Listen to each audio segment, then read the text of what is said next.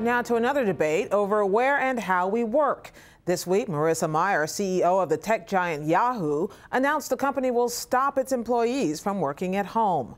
The move made headlines around the country, sparking conversations about whether mobile technology helps or hurts productivity. For our own debate on who benefits from flexible work schedules, we turn to John Sullivan, a professor of management at San Francisco State University. He advises employers on hiring and human resource practices. And Micheline Maynard, a regular writer for Forbes.com. She's a long-time reporter on American industry and its workforce, and as it happens, has worked from home for more than a decade. Welcome to you both. John Sullivan, is Marissa Mayer's move all about getting all hands on deck, or is it about restricting flexibility, as critics say? Well, it's about innovation. So remember, Yahoo competes against Apple and Google and Facebook. And in order to be what we call a serial innovator, like an Apple coming out with a new product that wows people, you need all hands on board. And so we know from the data, she came from Google. She's a computer scientist. She's very data-driven. It's not an emotional decision. It turns out the more random interactions between people, the more collaboration you get, the faster decisions are made, and the more innovation you get. And innovation brings in much more money, much more revenue, much more profit. So for example, Apple revenue per employee, the amount each employee produces every year, is 6.5 times that of Yahoo. So this is really to save the company. This is to say we have to be an innovation machine. We used to be. The only way really around that is to get everyone on board, to rebuild the culture.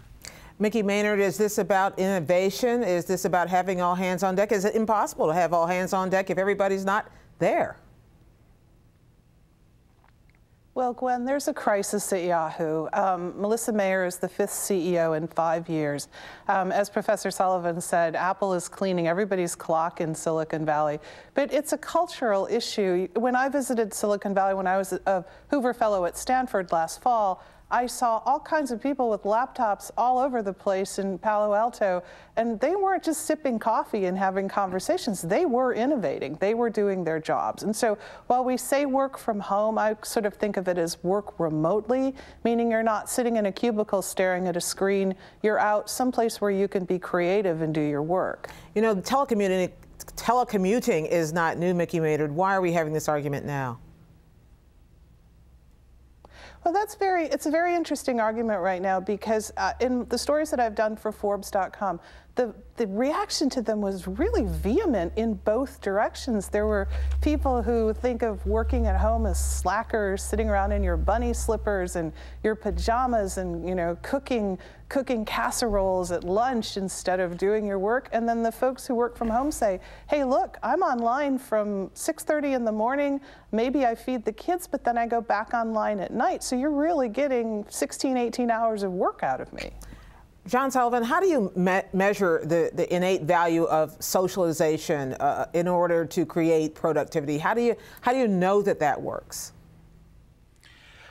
Well, you do, because it's data-driven. So at Google, for example, they measure the length of the cafe line to get their free food because they found that if the line's too long, people drop off the line. If the line's too short, son of a gun, if people don't get their food and they don't collaborate. So it's a very, very scientific approach, and it's certainly not about productivity. So I would agree, telecommuters are very productive, but it's just not true they're innovative because they don't interact. If I sent you 50 emails a day, you'd be really upset. But human interaction, when you meet 50 people, it isn't.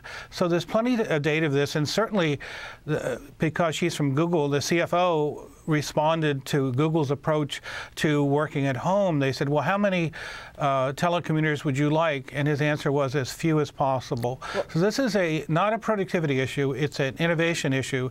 If you're going to be productive and efficient, work at home, it certainly saves gas in the environment. But if you want innovation, the answer is no. Look at the best innovators in the world, Apple and Google. You come to work every day. You come in early, you stay late, and the interaction. And incidentally, it's serendipitous. It's not scheduled meetings. It's walking down the hall and someone from HR talking to someone they don't know in engineering and going, hey, what are you doing? And when you say, I've just got a Nobel Prize, it forces people to say, I need to innovate too. Let me ask Mickey Maynard this, and then I want you to respond to it as well, which is part of the concern has been from women who believe that the flexibility allows especially working mothers to be able to work from home and be part of the workforce. We had Gloria Steinem take a shot at that last night on this program. Mickey, is that what this is about as well, or is that completely off the point?